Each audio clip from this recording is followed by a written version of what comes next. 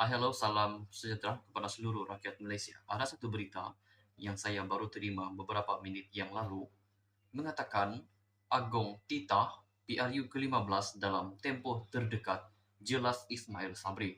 Berita ini dipetik daripada beritaharian.com mengatakan yang di Pertuan Agong Al-Sultan Abdullah Dayatuddin Al-Mustafa Bilasya menjalankan kuasa prerogatif mengikut Perkara 55/2 Perlembagaan Persekutuan secara bijaksana menzahirkan harapan pilihan raya umum ke-15 PRU 15 perlu diadakan dalam tempoh terdekat. Perdana Menteri Datuk Seri Ismail Sabri Yaakob menerusi afidavit sokongan yang difailkan Tuan Hafarizam Wan dan Aisyah Mubarak semalam berkata, tempoh itu sebelum monsun timur laut yang diramar bermula pertengahan bulan depan.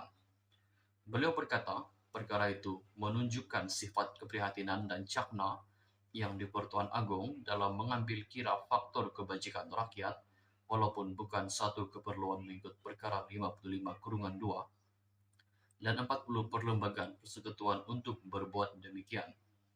Katanya, kuasa baginda untuk membubarkan Dewan Rakyat mengikut dua perkara itu suatu yang tidak boleh diadili dan tidak boleh dipertikai di mahkamah. Hal ini demikian kerana kuasa untuk membubarkan parlimen suatu kuasa prerogatif baginda di bawah dua perkara terbabit. Ia yang mana boleh mengikut budi bicara membubarkan parlimen tanpa perlu mendapatkan nasihat daripada jemaah menteri di bawah perkara 40,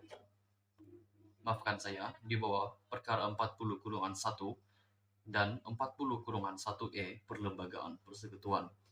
Saya sesungguhnya percaya isu berkenaan permintaan itu dibuat tanpa nasihat jemaah menteri bersifat akademik kerana baginda sudah memperkenan permintaan dan seterusnya membubarkan parlimen. Proses mahkamah dalam undang-undang bukan bermaksud untuk ke arah tujuan berpolitik atau terselindung, dan untuk alasan ini sahaja tindakan saman hendaklah dibatalkan, katanya. Pada 11 Oktober lalu, penyandang kerusi Parlimen Klang, Charles Santiago selaku plaintiff memfailkan saman pemula terhadap Ismail Sabri, Kerajaan Malaysia dan Suruhanjaya Pilihan Raya SPR sebagai defendant susulan pembubaran Dewan Rakyat yang dibuat Perdana Menteri pada 10 Oktober lalu. Berdasarkan salinan saman pemula yang difailkan dan dilihat berita harian, Charles menuntut supaya satu deklarasi kuasa yang terletak pada yang di Pertuan Agong mengikut Perkara 55/2 Perlembagaan Persekutuan hanya boleh dilaksanakan mengikut Perkara 40/1 dan 1E. Perkara 55/2 membabitkan yang di Pertuan Agong boleh memprorog atau membubarkan parlimen. Peruntukan Perkara 40/1 pula menyatakan yang di Pertuan Agong hendaklah bertindak mengikut nasihat pada menjalankan fungsinya mengikut perlembagaan atau undang-undang persekutuan. Ismail Sabri berkata SPR mempunyai tugas keperlembagaan mengikut Perkara 55/4 Perlembagaan Persekutuan untuk mengadakan PRU ke-15 dalam tempoh 60 hari selepas pembubaran parlimen. Saya percaya kuasa defendant SPR di bawah Perkara 55/4 untuk mengadakan PRU 15 selepas pembubaran itu suatu perkara yang tidak boleh diadili.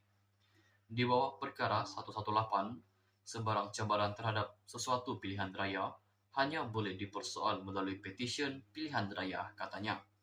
Sementara itu, pengerusi SPR Tan Sri Abdul Ghani Saleh menerusi afidavit sokongan difailkan tetuan terbabit pada hari sama berkata pihaknya perlu memastikan pencalonan PRU ke-15 dapat berjalan dengan teratur dan lancar. Ini selaras dengan Perkara 55/4 dan 113/1 Perlembagaan Persekutuan Akta Pilihan Raya 1958, Akta Kesalahan Pilihan Raya 1954, dan peraturan serta keseluruhan undang-undang berkaitan pilihan raya. Plaintiff tidak dapat mengekalkan sebarang bentuk relief yang mempunyai kesan sama dengan instruksi atau pelaksanaan spesifik terhadap semua defendant. Defendant akan berhujah dengan lebih lanjut pada hari pendengaran permohonan defendant kelak, katanya. Sekian saja berita untuk hari ini. Kita jumpa lagi di video yang seterusnya. Stay safe, stay healthy. Bye-bye.